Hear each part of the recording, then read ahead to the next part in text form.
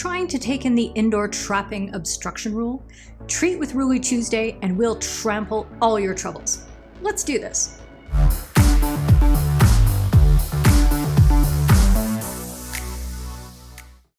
Hey friends, I'm Keely Dunn of FHumpires, back with a hot take on one hockey rule, and keeping on with this month's indoor theme.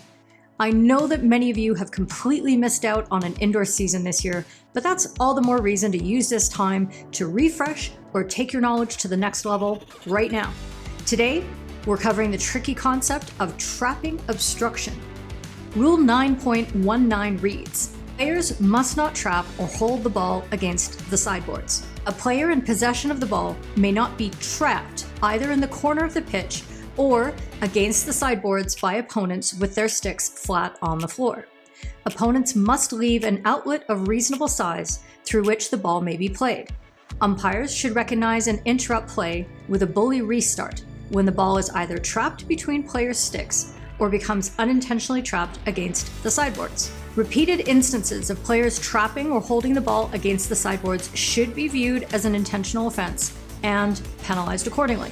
Similarly, players who deliberately aim to trap the ball between theirs and an opponent's stick should be penalized and not rewarded with a bully. If you guessed from the rule number that this might be a relatively fresh addition to the indoor pantheon, cookie for you.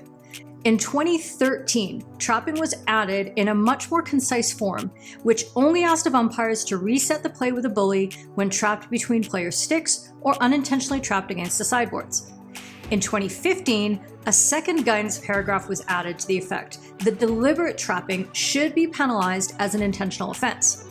In 2016, this whirlwind came to a probably only temporary pause when they added that sticks must be flat against the floor. Repeated instances of trapping are what make it deliberate and therefore penalized as intentional, and that the deliberate aim of trapping between sticks should be penalized and not rewarded with a bully. 9.19 read the same in 2017 and 2019, so let's hope we have things sorted for 2022. You may be wondering to yourself, why the need for this weird rule? Well, if you're not super familiar with indoor, the whole reason that these scenarios can happen is the inability for players to use 3D skills to get away from flat stick tackles. Mechanics aside, it doesn't seem like the usual justification of safety applies here, as well, nothing is really happening at all. For the FIH, that is a problem. In some areas of the indoor world, this form of stick and ball standoff became common enough that it made what's usually a super fast and fun game look rather ugly and boring at times.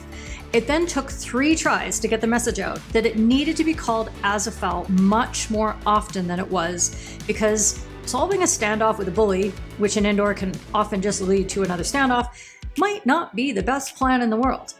However, if you view trapping on the sideboards as a form of obstruction, as I do, you get closer to a safety rationalization. If a player can use the boards to prevent an opponent from accessing the ball, like a leveled up stick block, this can lead to defenders trying to go over the top of the stick in frustration, and then you've got all kinds of potential danger there. On the other hand, the same logic doesn't really apply to the mid-court sumo standoff, where 2 players are pushing against each other's sticks as if they're slices of bread in a ball sandwich. Unless you consider this is a form of mutual drilling and trying to force the ball through an opponent's stick and potentially pinning thumbs and fingers or risking balls and sticks getting released into players' faces, that might be a thing. So really, we have 2 quite different concepts. One is really a 4th form of obstruction to add to stick, body, and third party, and the other, a specific kind of danger that is mutual and averted with a bully. The provisions really should have been separated and then maybe added as subclauses or guidance to 9.13 and 9.8 respectively. Okay, Rules Committee, you do you. Side note, am I the only one who can only think of ROUSs or rodents of unusual size when you hear this? Wesley, what about the ROUSs? Rodents of unusual size? I don't think they exist. I mean, really? Okay, come on. You're definitely gonna do it now. Totally not sorry. On to the clips. This is a good example of what an intentionally trapped ball looks like. A defender is dribbling into the left boards and is completely surrounded by 3 opponents and their flat sticks. There is no outlet of reasonable size, or any size for that matter, in which the ball can be kept moving. A foul is the right call here.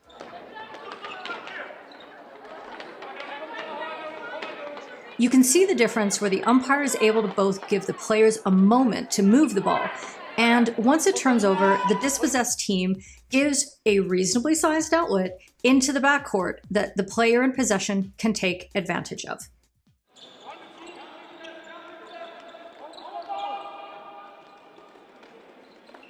Sometimes your best efforts to not intervene and give the players an opportunity to do something productive just doesn't work out. Here, the ball isn't actually trapped against the boards, just is in really close proximity to them. There are attempts by both players to keep the ball moving, but in the end, neither can do anything productive. So the umpire ends up calling the bully, as this is not intentional by either team. You can find another scenario where a trapped ball was possible, but didn't need to be called in a Feature Friday episode, linked in the description. Now for the second variety of trapping, which occurs in midcourt between two sticks. The key here is to intervene quickly, so as to avoid any danger from actually occurring or tempers to flare between the two sumo wrestlers. First, we have a player who intentionally tries to trap the ball against their opponent's stick and gets quite close to their hand. As you can see, this is akin to like drilling light, as the ball isn't pushed with any real force and is from a far smaller distance than 3 meters, but it is directly into the opponent's stick rather than trying to play around them. Contrast that with this scenario from the same game, where the players again try not to specifically move against each other when contesting this 50-50 ball. The best result here is a fairly quick bully, which is taken correctly on the 3-meter dotted line outside the circle. Transfixed by this Ruly Tuesday trash? Toss us a like and testify in the comments and replies. And of course, follow this feed or subscribe to the channel so you don't miss a trick. If you trust our treaties, track to FHU3T.com and treat yourself to a $3 a month FHU Third Team Green membership. That would truly be a trip. Ciao for now.